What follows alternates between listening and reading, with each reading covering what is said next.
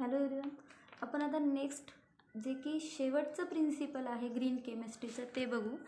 त्याचं नाव आहे safer chemistry for accident prevention. Okay, काय म्हणते? सेफर केमिस्ट्री एखादा ॲक्सिडेंट प्रिव्हेंट करण्यासाठी कशी हेल्प करू शकते आपण ह्या ठिकाणी बघू. Okay, safer chemistry for accident prevention.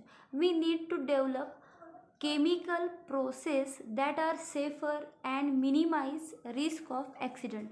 म्हणजेच ह्या ठिकाणी काय सांगते, आपण अशीच केमिकल प्रोसेस डेव्हलप केली पाहिजे जी की कशी असेल, सेफर असेल आणि जे काय करेल मिनिमाइज रिस्क ऑफ ॲक्सिडेंट, ज्या मेथडनी ॲक्सिडेंटचा रिस्क काय होईल minimise. The substance to be used in chemical reaction should be selected in such a way that they can minimize the occurrence of chemical accident, explosion, fire and emission. म्हणजे आणि chemical रिॲक्शनसाठी असेच substance use करायचे जे की काय करतील, ॲक्सिडेंटचं जे काही ऑकरन्स आहे. ॲक्सिडेंट म्हणजे सिम्पली काय होणार, एकतर केमिकल्सचं ॲक्सिडेंट होईल, हातावर वगैरे ते सांडलं जाईल, एक्सप्लोजन होतील, फायर किंवा इमिशन ह्यासारखे काय होतील या ठिकाणी मिनिमाइज. म्हणजेच मला सांगा या ठिकाणी सिम्पली ओके एक आपण इथे एक्झाम्पल बघू.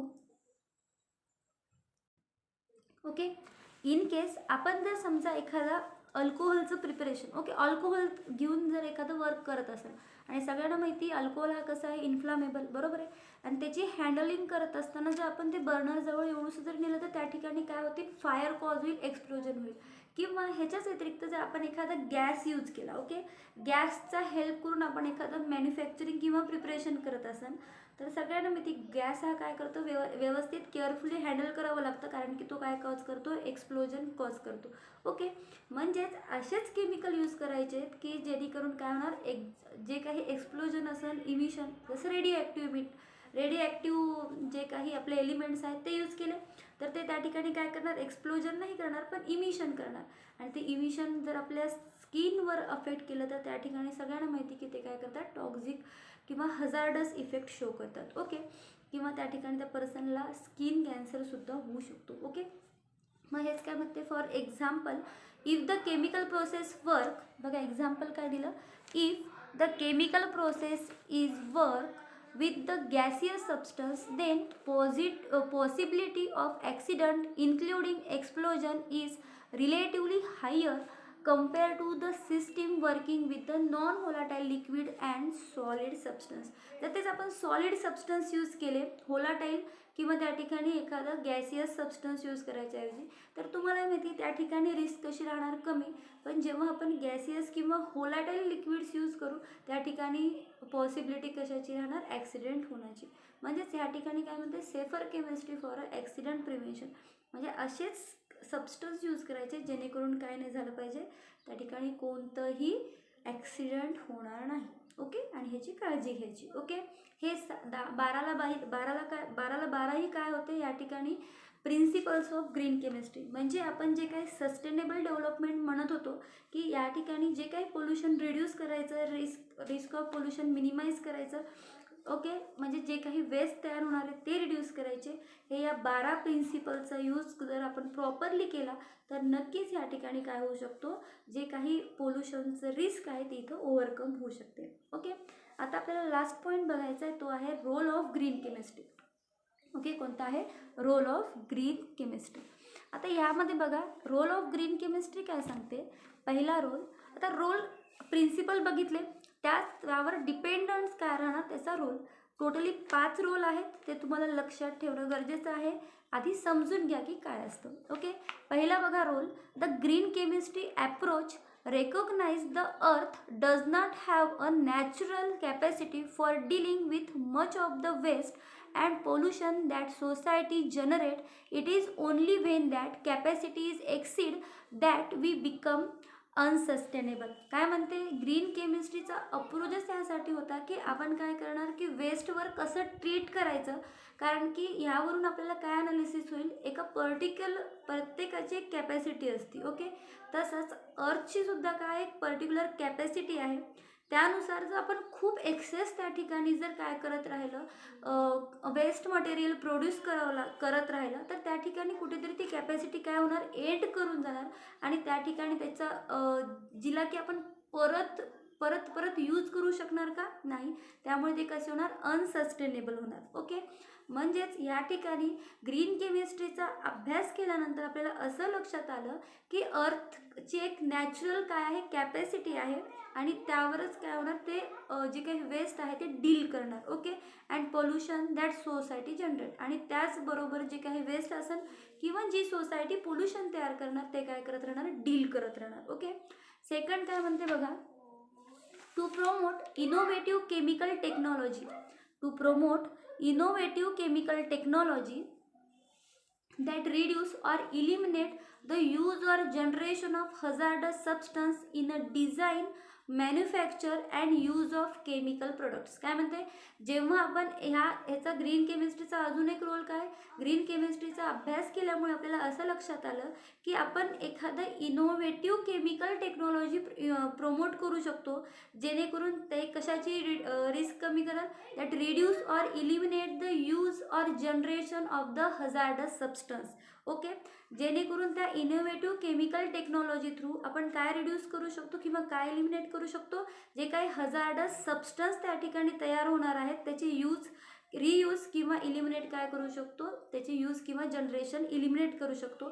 त्याचबरोबर आपण असे प्रोडक्ट किंवा केमिकल प्रोडक्ट मॅन्युफॅक्चरिंग, डिझाईन आणि यूज करू शकतो जे की काय करतील, तिथं जे काही हजार्डस केमिकल्स तयार होणार नाही ह्याची ते काळजी घेतील. ओके, म्हणजे सिम्पली लक्षात काय ठेवायचं आहे पहिल्या याच्यामध्ये, की अर्थची कॅपॅसिटी असते जी की कशासोबत डील करत असते, वेस्टसोबत, आणि सेकंड म्हणजे जे काही पोल्युशन त्या ठिकाणी सोसायटी जनरेट करते त्यासोबत. ओके, आणि ह्या रेकॉग्नाइज ते ॲनालिसिस करायचा अप्रोच कोण देतं, ग्रीन केमिस्ट्री. ओके, सेकंड काय म्हणते, to promote the innovative chemical technology, innovative chemical technology promote करायची, ज्याचा यूज कशासाठी होणार आहे, to design, manufacturing the use or generation of hazardous substance. Okay, manufacturing आणि जनरेशन जे काही हजार्डस सबस्टन्स आहे त्याचा यूज, जनरेशन मिनिमाइज करण्यासाठी किंवा असे सबस्टन्स डिझाईन करायचे की ज्याचा यूज कसा राहील, केमिकली तो कसा राहील, स्टेबल राहील. ओके, मॅन्युफॅक्चरिंग आणि use of that chemical product. Okay,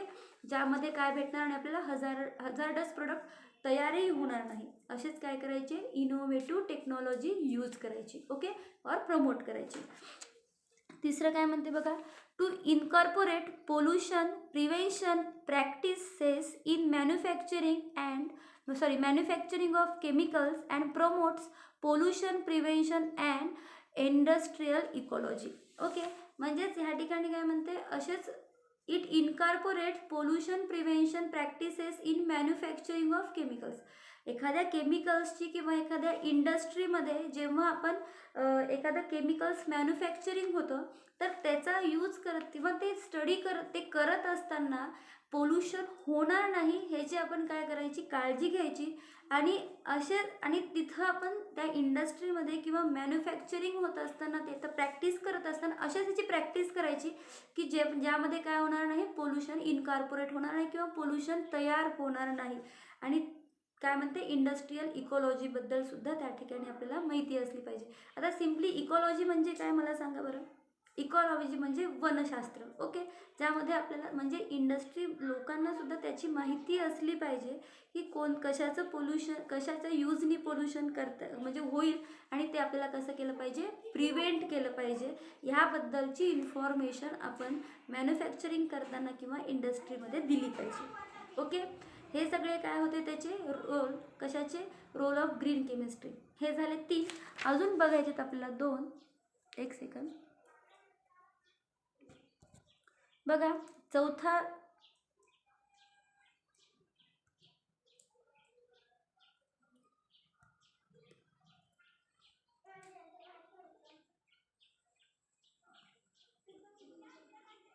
okay, next बघू जे आहे, इट इज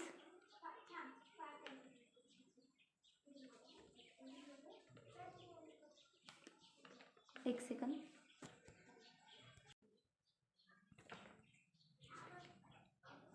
ओके, नेक्स्ट बघा, It is the new way to looking at chemicals and manufacturing process to minimize any negative environmental effect.